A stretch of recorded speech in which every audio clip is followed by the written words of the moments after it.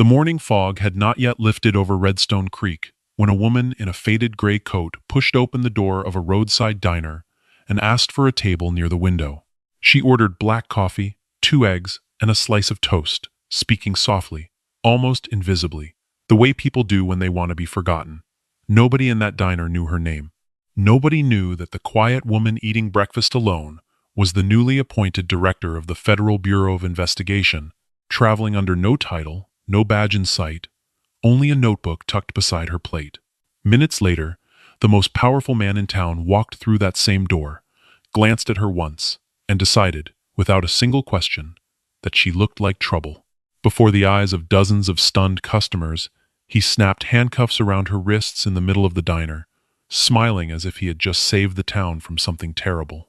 He had no idea that the woman he humiliated held more authority than anyone he had ever answered to in his life, and that his own future was about to collapse in front of the very people who once called him a hero. Redstone Creek, Montana, sat quietly at the edge of the mountains, a town so small that everyone recognized everyone else's truck before they recognized the driver. For nearly 20 years, Sheriff Clayton Ror had been the loudest voice in that town, the man whose name appeared on plaques, whose face smiled from the front page of the local paper every autumn, whose word was treated less like law enforcement and more like law itself. People trusted him the way people trust a habit, without asking questions, without looking too closely. He called it order. Others, quietly, called it something else, though few dared to say so out loud. On that particular morning, none of that history mattered yet, because a stranger's SUV had rolled into town before sunrise, and nobody had noticed her arrive. Nyla Monroe was 45 years old, sharp-eyed, unhurried, the kind of woman who noticed exits before she noticed decor. She had been sworn in as director only weeks earlier, and instead of settling behind a desk in Washington, she had chosen to travel, unannounced, through small towns where complaints about local law enforcement had piled up for years without consequence. She dressed plainly on purpose. No tailored suit, no government vehicle with federal plates, just a rented car and a worn coat that made her look like anyone else passing through. She wanted to see towns the way ordinary people saw them, not the way officials performed for cameras. Redstone Creek was simply the next stop on a list that had grown far too long. A list she kept folded inside her notebook, updated every time another complaint reached her desk unanswered. She had spent the drive in from the highway studying the town from behind the wheel, noting the boarded storefront near the gas station, the single blinking traffic light, the church with a hand-painted sign advertising a bake sale that had clearly already happened. Small towns told their stories in details like these, long before anyone opened their mouth to speak. She parked outside the diner just after 6 in the morning, when the light was still gray and thin, and sat for a moment in the driver's seat, watching the town wake up slowly around her, porch lights flicking off one by one.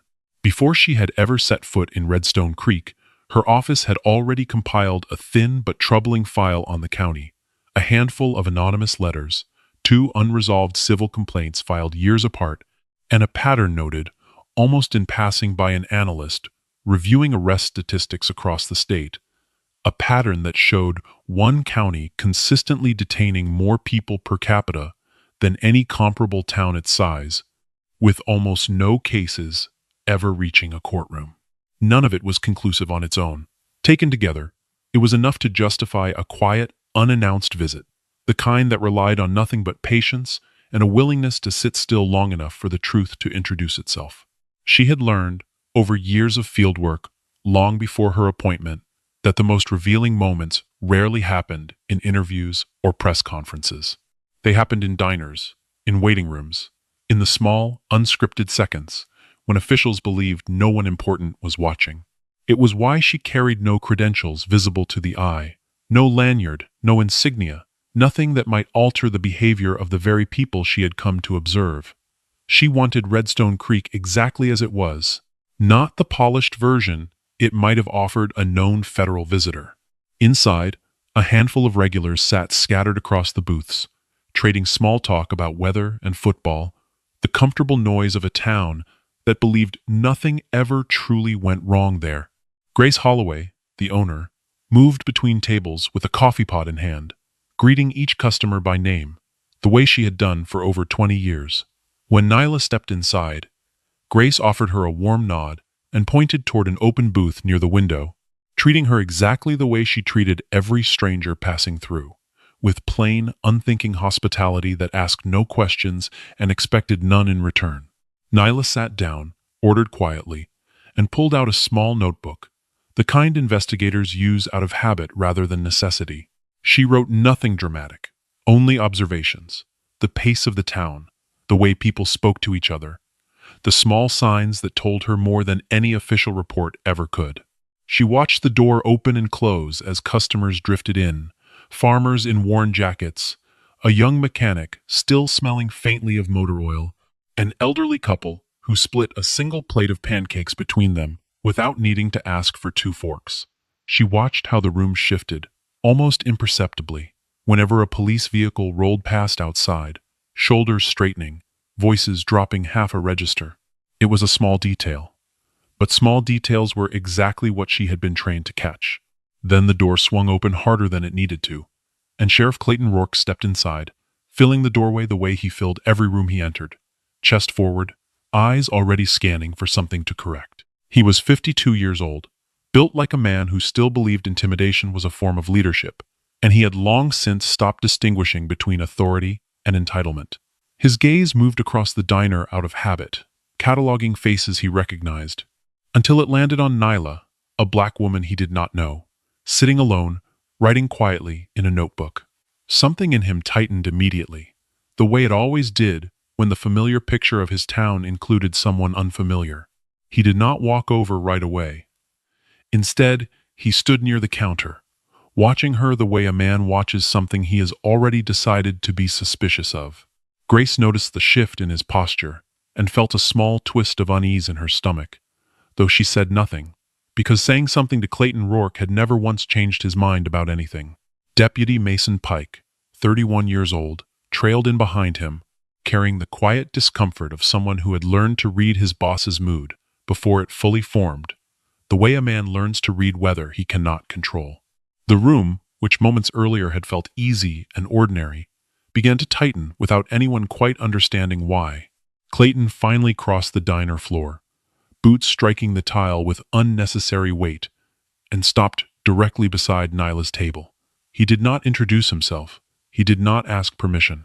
He simply planted himself there, arms crossed, studying her the way he studied every stranger who did not immediately explain their presence to his satisfaction. Nyla looked up calmly, unbothered, her fork still resting against her plate. Around them, conversations slowly died down, replaced by the particular silence that falls over a room when people sense something is about to happen and decide it is safer to watch than to speak. Clayton's voice, when it came, carried the practiced authority of a man who expected no resistance.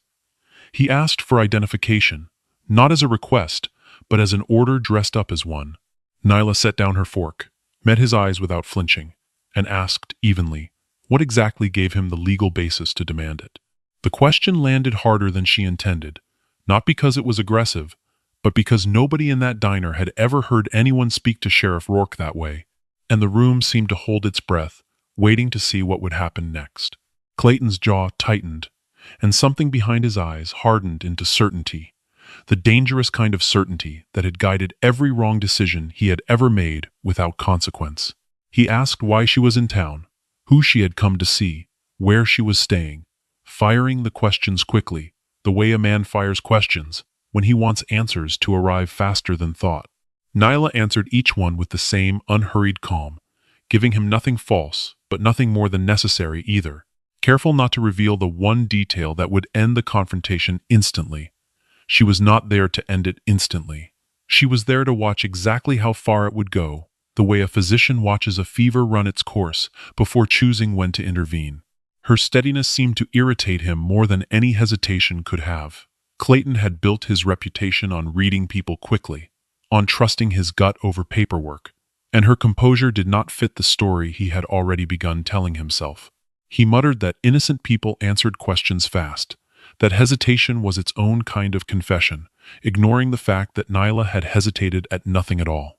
A few of the regulars, long-time admirers of the sheriff, nodded along under their breath, the quiet agreement of people who had spent years assuming his instincts were always right because questioning him had always felt like more trouble than it was worth.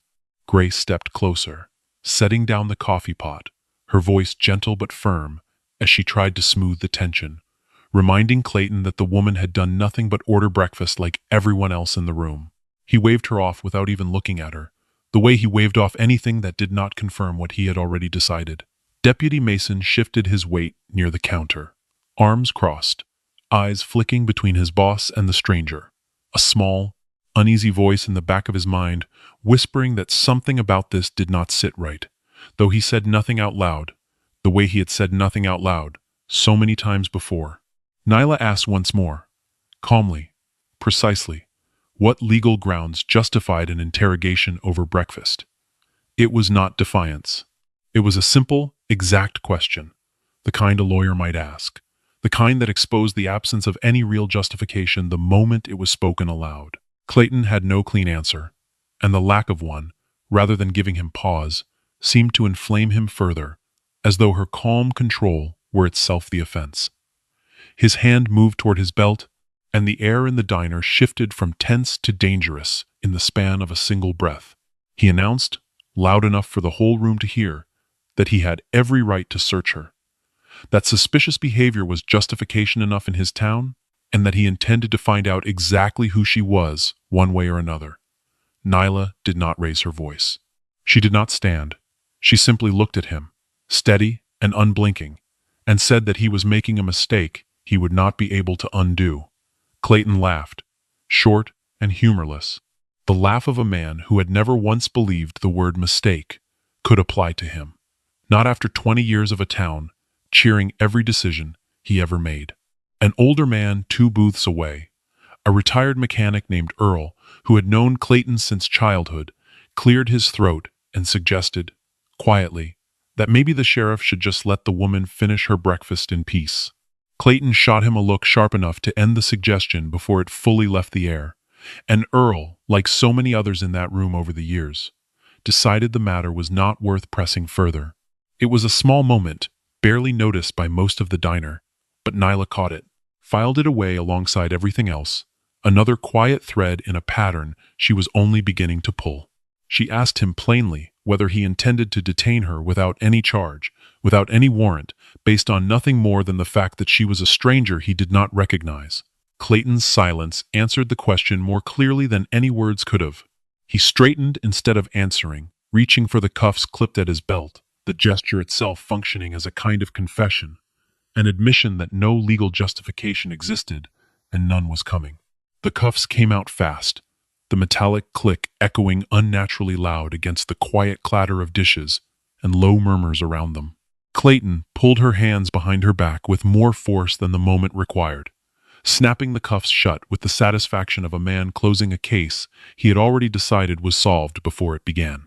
Several customers pulled out their phones instinctively, recording without fully understanding why, the way people record anything that feels wrong but unstoppable.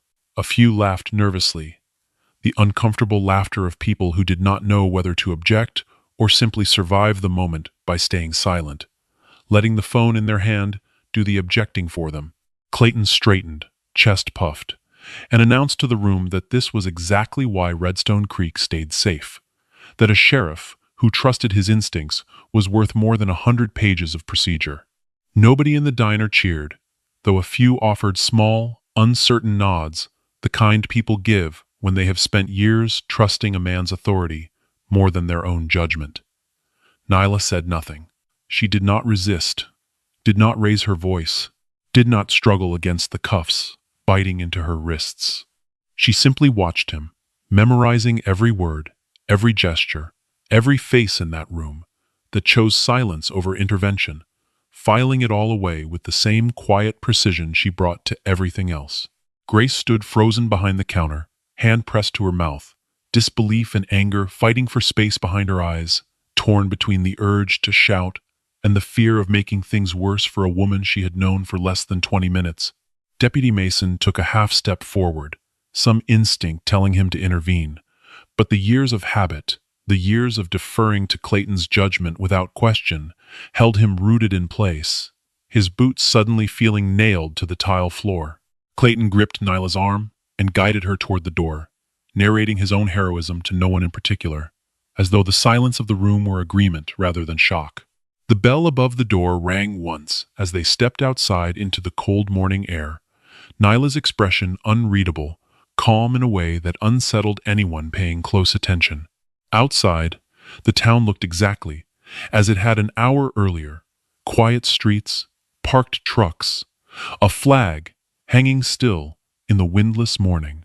Clayton walked Nyla toward his patrol car, still talking, still congratulating himself, oblivious to the sound gathering behind him, low at first, then unmistakable, the deep hum of engines approaching from beyond the edge of town. Deputy Mason, following a few steps behind, was the first to notice the shapes emerging through the thinning fog.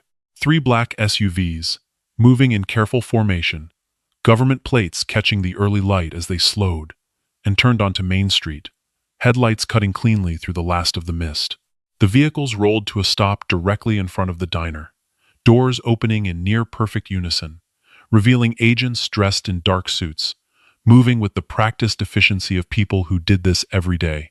Clayton froze mid-sentence, his hand still resting on Nyla's arm, watching as one agent stepped forward and asked, in a voice utterly devoid of small talk, where they could find Director Monroe. For a moment, Clayton misunderstood entirely. Some part of him assuming this must be reinforcement, backup arriving to validate the arrest he had just made with such pride, perhaps even reinforcements sent to congratulate him. He straightened his shoulders and announced, with unmistakable satisfaction, that he had just apprehended a suspicious individual inside the diner, gesturing toward Nyla still standing beside him in handcuffs. The lead agent's eyes moved slowly from Clayton's face, down to the cuffs, then up again, and something in his expression shifted. The professional blankness, cracking into visible disbelief, the kind of disbelief that comes from watching a stranger casually admit to something catastrophic without realizing it. Deputy Mason, watching closely now, felt his stomach drop, a cold understanding beginning to form even before anyone said a single confirming word, his mind racing backward through every detail of the last 20 minutes. The agent stepped closer, voice low and precise, and said that the woman standing in handcuffs was the director of the Federal Bureau of Investigation, and that Clayton had just placed her under arrest without cause, without identification, and without a single legal justification anyone in that street could name. The words landed like a physical blow. Clayton's mouth opened, then closed, his earlier confidence draining visibly from his face, as the full weight of what he had just done began to settle over him in the cold morning air, the flag above the courthouse suddenly seeming to hang heavier than before. He laughed once, sharp and disbelieving, insisting it had to be some kind of mistake, some kind of trick, refusing to accept that the quiet woman he had humiliated in front of an entire diner could possibly hold that much authority. The agent did not argue. He simply reached for his phone, dialed a number, and within moments held it out toward Clayton, a voice from Washington on the other end, confirming, in clipped, unmistakable terms, exactly who Nyla Monroe was, and exactly how serious this situation had already become. Clayton's face went pale, the color draining from it the way water drains from a cracked glass, and for the first time in years, he had absolutely nothing to say. Mayor Helen Cross arrived minutes later, alerted by a frantic call from someone inside the diner, her expression shifting from confusion to horror as she took in the scene, the federal vehicles, the agents, the handcuffs still locked around the wrists of a woman now confirmed to be the highest-ranking law enforcement official in the country. She approached cautiously, voice trembling as she asked whether it was true, and the answer, delivered flatly by the lead agent, confirmed every fear now settling over the gathered crowd. Grace stood at the diner's entrance, hand still pressed to her mouth, watching the man she had known for 2 decades unravel in real time. Deputy Mason felt his knees weaken, the ground beneath his understanding of the town shifting all at once, the whole street somehow narrower than it had been an hour before. A small crowd had gathered by then, drawn from nearby shops and porches by the unfamiliar sight of federal vehicles parked along Main Street, something Redstone Creek had never once seen in its entire history. Phones remained raised, though the mood among the onlookers had shifted entirely, the earlier nervous laughter replaced by a heavy, uncertain quiet, the kind that settles over a crowd once it senses the story unfolding in front of it is far bigger than anyone anticipated. Someone near the back murmured that they had always wondered about Clayton, though nobody could quite recall having said so before that morning, the way retroactive doubt so often arrives only once permission to voice it finally exists. Nyla finally spoke, her voice calm, almost gentle, instructing the agents to leave the handcuffs exactly as they were for a moment longer. The order confused everyone present, including her own team, who exchanged uncertain glances before deferring to her without question, trusting a judgment they had learned never to second-guess. She turned to face Clayton directly, her expression unreadable, and told him this was not about her comfort or her dignity in that moment, but about something far larger than either of them standing in that cold street. Clayton, stripped of every ounce of his earlier bravado, said nothing at all, his eyes fixed somewhere near the pavement. She explained evenly that everything since the moment she walked into that diner had been a test, not of him specifically, but of the entire system he represented, a system that had received complaint after complaint from towns just like this one, complaints that rarely reached anyone with the power to act on them.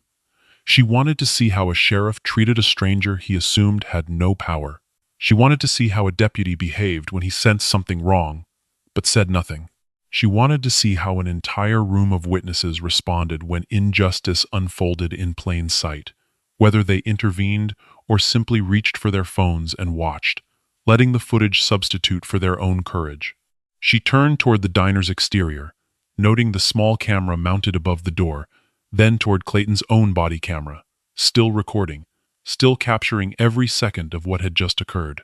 She ordered the footage secured immediately, along with any traffic camera recordings near the diner, insisting that nothing be deleted, nothing edited, nothing quietly lost the way. Inconvenient evidence so often disappeared in towns accustomed to protecting their own. Clayton's hands, still holding the small key to the cuffs he had used minutes earlier, trembled slightly as the reality of consequence finally reached him, arriving decades later than it should have. Mayor Cross tried to interject, offering something close to an apology on behalf of the town, but Nyla raised a hand gently, silencing her without harshness. She said this was not the moment for apologies, but for facts, and facts required documentation, not sentiment. She instructed her team to begin securing Clayton's office immediately. Every file, every record, every piece of paperwork connected to his years of service, treating the request not as punishment, but as procedure. The very procedure Clayton himself had ignored for far too long, year after year, without a single person in a position to stop him. By mid-morning, agents moved through the small sheriff's office with quiet efficiency, boxing files, copying hard drives, cataloging evidence under fluorescent lights that had never illuminated so much scrutiny before. What they found within the first hours painted a picture far darker than a single reckless arrest. Reports of unlawful detentions stretched back years, names of residents held without charge, property seized without warrants, small business owners pressured into silence rather than risk losing their livelihoods to a man who treated the badge as personal property rather than public trust, a fiefdom disguised as a jurisdiction. Deputy Mason sat across from one of the federal investigators, hands clasped tightly together, and admitted, quietly, that he had wanted to report some of it before, more than once, but fear had always won the argument in his mind. Fear of losing his job, fear of being labeled disloyal in a town too small to offer second chances. Nobody in the room judged him harshly for the admission. Instead, they asked him to help now, and for the first time in years, Mason felt the strange relief of choosing courage over comfort, a relief that felt almost physical, like setting down something heavy he had carried, without noticing its weight. Grace arrived at the temporary federal office that afternoon, carrying a small folder of her own, receipts, notes, and dates she had quietly kept over the years whenever something about Clayton's behavior struck her as wrong. She had never known what to do with the information. No one in town seemed positioned to challenge him, and she had learned, like everyone else, to keep her observations to herself, tucking them away in a drawer behind the register, the way other people tuck away regret. Handing the folder over felt less like betrayal and more like exhaling after holding her breath for years without realizing it. She told the investigator seated across from her that she had almost thrown the folder away more than once, convinced it would never matter, convinced that a woman running a diner had no real power to change anything about a man who controlled the entire county. The investigator assured her otherwise, explaining that cases like this one were rarely built on a single dramatic discovery, but on dozens of small, patient contributions exactly like hers, each one meaningless alone, devastating together. Grace left the office that afternoon, feeling lighter than she had in years, the folder no longer hers to carry alone. Word spread through Redstone Creek with unusual speed, carried not through gossip, but through something closer to relief. Business owners, who had quietly paid fines they never fully understood, came forward. Families who had watched relatives detained without explanation finally spoke openly about what had happened to them. Each new account added weight to a picture already forming clearly in the minds of the investigators. A portrait of a man who had mistaken fear for respect and silence for support for far too long, propped up by a town that had simply never been given permission to speak. An elderly rancher named Walter Briggs came forward first, describing an afternoon 2 years earlier when Clayton had seized nearly a dozen head of cattle over a boundary dispute that was never properly documented, cattle that were never returned and never accounted for in any official record. A young couple who ran the hardware store on 5th Street described being threatened with a business license revocation after they had questioned an unusually large fine for a violation that did not appear to exist anywhere in the town's code. Story after story arrived in the same pattern, small, specific, and devastating, each one confirming what the last one had already suggested.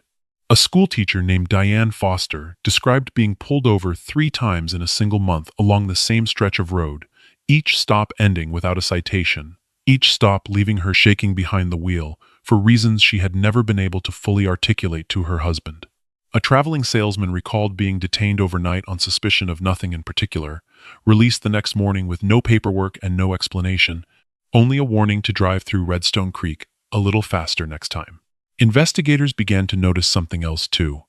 A disproportionate number of these encounters involved people who did not look like they belonged in Clayton's mental picture of the town, travelers, newcomers, anyone whose face did not match the narrow idea of who deserved the benefit of the doubt.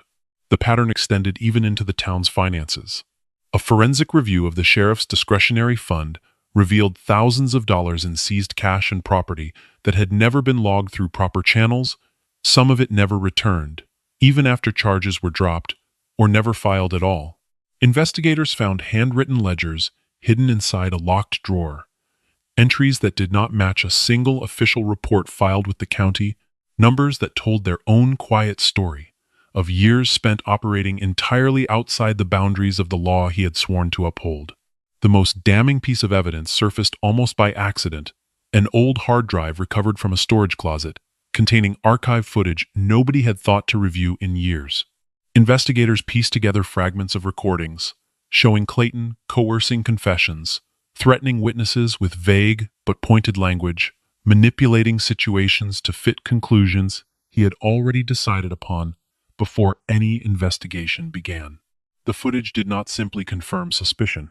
It shattered any remaining doubt, turning years of whispered rumor into an unbroken chain of documented fact. One recording in particular stopped the review team cold, dated nearly 6 years earlier, showing Clayton alone with a young man in a holding cell, his voice calm and almost friendly, as he explained, in plain terms, that a signed statement would make everyone's day easier, that resistance would only prolong an outcome already decided. The young man on the recording signed the statement within minutes, and the case against him closed the same week, based entirely on a confession. Investigators now understood had been engineered rather than earned. Nyla watched the recording once, in silence, then asked for it to be preserved exactly as found, untouched, unedited, ready for whatever accountability still awaited.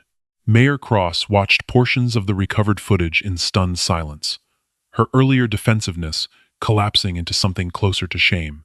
She admitted, in a quiet meeting with federal investigators, that she had heard whispers over the years, complaints she had dismissed as isolated or exaggerated, choices she had made to protect the town's image, rather than confront an uncomfortable truth.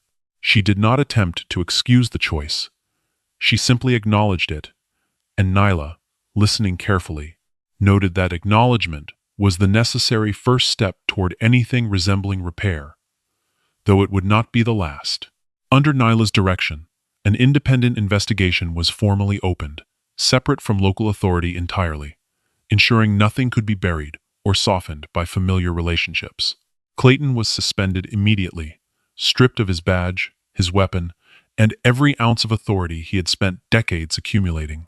Records were seized in full, and federal oversight moved into a role the town had never expected to need. Within days, the man once celebrated on the front page of the local paper had become the subject of a formal criminal inquiry, his name printed now beside words like misconduct and abuse of power rather than hero and protector. Clayton requested a private conversation with Nyla before formal charges were finalized, and she agreed, curious more than anything to hear what remained of the man once the authority had been stripped away. They sat across from each other in a small, sparse room, the silence between them heavier than any words that had passed in the diner days earlier. He finally asked the question that had clearly haunted him, since the moment the cuffs went on someone far more powerful than himself, why she had not simply told him who she was and ended it immediately, sparing them both the spectacle that followed. Nyla answered without hesitation, her tone even, almost patient.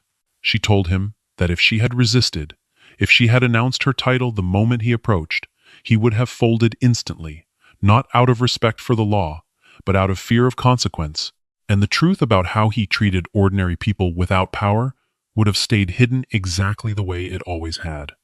She said real authority did not need to shout to be recognized, that it revealed itself most clearly in the moments no one expected to be watched, the moments that never made it onto any plaque or front page. Clayton sat with that for a long moment, something shifting behind his eyes, not quite remorse yet, but the beginning of understanding.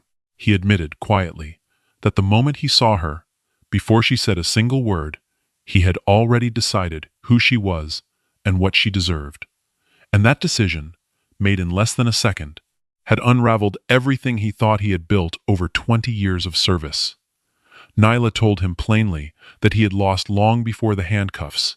The instant prejudice replaced procedure in his mind, and that everything after that had simply been the slow arrival of a consequence already set in motion. He asked quietly whether there was anything he could have done differently once the questioning began, and Nyla told him the truth, that the moment for a different outcome had passed.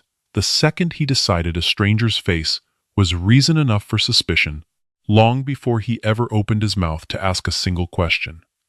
It was not the answer he wanted, but it was the only honest one available, and something in his posture seemed to finally accept it, the last of his old certainty draining out of him in that small, quiet room. He asked one more question before the meeting ended, his voice smaller than she had heard it all week, wondering aloud how many other officers across how many other towns were making the exact same decision in the exact same instant, without anyone ever arriving to stop them. Nyla did not offer him comfort, because comfort was not what the question deserved.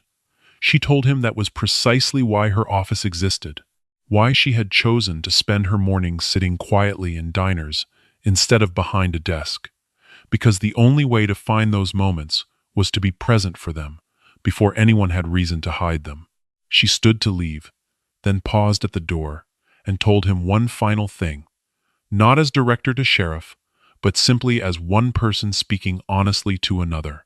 She said that most people who abused power did not think of themselves as villains, that Clayton likely still believed, somewhere underneath the wreckage of that morning, that he had only ever been trying to keep his town safe. The tragedy, she said, was not that he was cruel by nature, but that he had never once been required to ask whether his instincts were fair, and by the time anyone asked for him, The damage had already reached far beyond a single diner booth. Deputy Mason, informed of the conversation later, made his decision without hesitation, agreeing to cooperate fully with the investigation, providing testimony, records, and first-hand accounts of patterns he had witnessed but never challenged. It was not an easy choice in a town where loyalty had long been mistaken for silence, but it was, finally, the right one, and something in him settled the moment he made it. A weight lifted rather than added, the first steady breath he had taken in longer than he could remember. He spent 2 full days with investigators, walking them through incidents he had tried for years to forget, a traffic stop that never should have ended in an arrest, a report he had been told to file differently than what he had actually witnessed, a night he had spent awake wondering whether he should have said something and never did. Each memory came out slowly, reluctantly, but once the first one surfaced, the rest followed with less resistance, as though naming one truth finally gave him permission to name the others. By the end of the second day, he felt less like a man confessing and more like a man finally exhaling. A community meeting was called days later, the largest gathering Redstone Creek had seen in years. Residents filling the small town hall shoulder to shoulder, uncertain what to expect. Nyla stood at the front of the room, dressed exactly as she had been that first morning in the diner, plain, unassuming, entirely herself. She did not speak about the arrest, did not dwell on her own experience, choosing instead to speak about responsibility, about the fragile difference between power exercised lawfully and power exercised out of habit and unchecked assumption, a difference that could not survive under silence.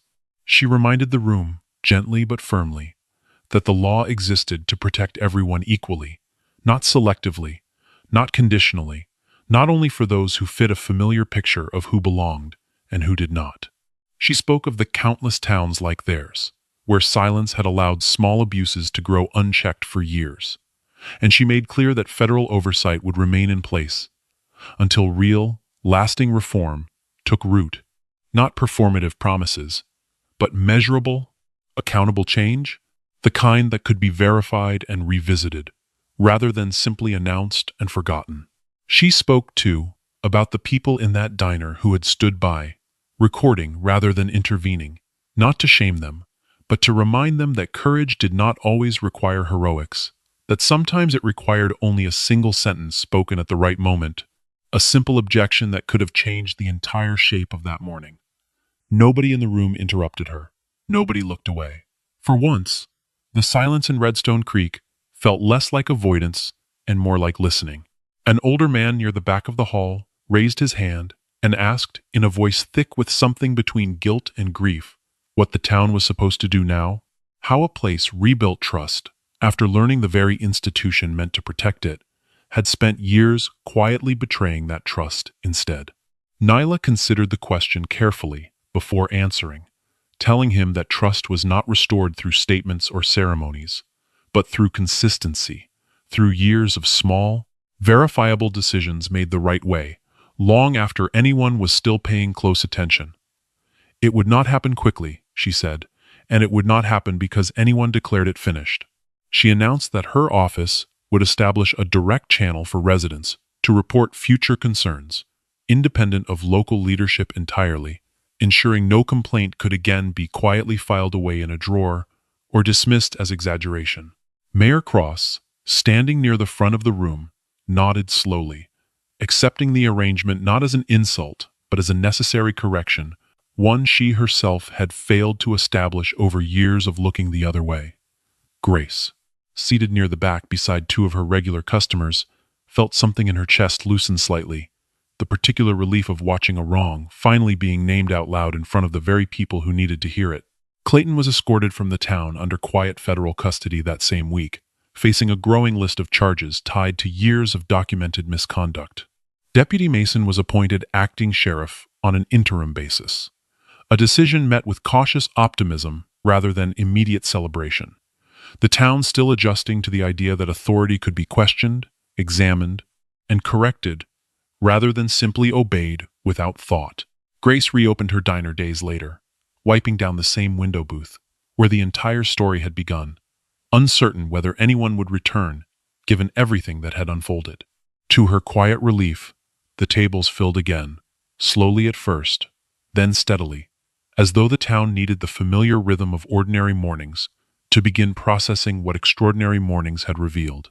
Life resumed, altered in ways that would take time to fully understand, but resumed nonetheless, one coffee refill at a time. Nyla returned to that same diner one final time before leaving Redstone Creek, sliding into the same window booth, ordering the exact same breakfast she had ordered days earlier: black coffee, 2 eggs, a slice of toast. This time, as she settled into her seat, something in the room shifted immediately. Recognition sweeping through customers old and new, and one by one, without anyone directing them to, people rose quietly to their feet. It was not deference to her title, not performance for cameras that were not even present, but something quieter and more genuine, an acknowledgement of the composure she had carried through every moment of humiliation, the steadiness that had exposed a truth the town had avoided facing for years. Grace poured her coffee with hands that trembled slightly, not from fear this time, but from something closer to gratitude, the kind that does not need many words to be understood. An elderly woman 2 tables away leaned toward her husband and whispered that she wished she had said something that first morning, that she had sat in that very booth and watched the whole thing happen without ever once opening her mouth. Nyla overheard it, as she overheard most things, and offered the woman a small, understanding nod rather than any words of forgiveness or blame. It was not her place to absolve anyone of their silence. That, she had come to believe, was a debt each person owed only to themselves.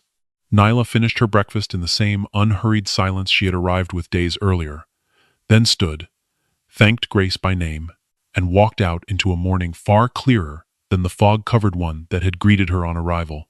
Outside, her rented SUV waited exactly where she had left it, and within minutes she was gone, disappearing down the same quiet road that had carried her into town, almost unnoticed, leaving behind a town that would never again mistake a badge for permission. Clayton Ror faced a lengthy federal investigation in the months that followed, the badge he once wore with careless pride replaced by a case file, thick with documented abuse, witness statements, and recovered footage that no attorney could argue away. Redstone Creek's law enforcement system underwent significant reform, oversight tightened, procedures rewritten, accountability finally given real teeth rather than empty language on a wall plaque nobody had ever bothered to read closely. The town, slowly, began to understand a lesson it had avoided for far too long, that a badge did not grant power beyond the law, only the responsibility to uphold it faithfully, and that silence, however comfortable, was never truly neutral.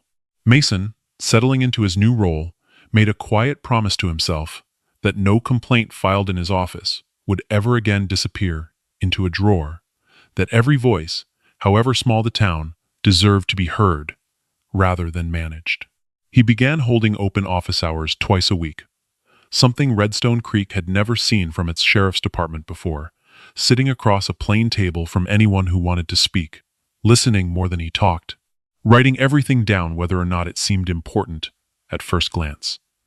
Slowly, cautiously, residents began to trust the process again, not because they were told to, but because they watched it work, watched complaints actually followed through to their conclusions, instead of vanishing the moment the door closed. Grace kept a photograph behind her counter. After that autumn, nothing dramatic, just a small printed image of the empty window booth, taken on an ordinary afternoon, a quiet reminder to herself of how easily comfort could curdle into complicity if no one paid attention. She never explained it to customers who asked, only smiled and said it reminded her to keep her eyes open. And most people, sensing there was a longer story behind it, simply let the matter rest. Nyla Monroe left no farewell speech behind, no dramatic final statement, only the quiet example of a single, unhurried morning that had unraveled years of hidden injustice. She moved on to the next town on her list, unnoticed, unannounced, carrying nothing but a notebook and the same plain gray coat, ready once again to sit quietly in some other diner, order breakfast, and simply watch. Somewhere down another highway, in another small town, no one had yet learned to question. A similar morning was already waiting to unfold. Another quiet stranger about to sit down at another window booth. Another sheriff about to make a decision he did not yet know would define him. Because true justice, she understood better than most, rarely arrived with noise. It arrived quietly, patiently, and it never, ever answered to a badge worn without conscience.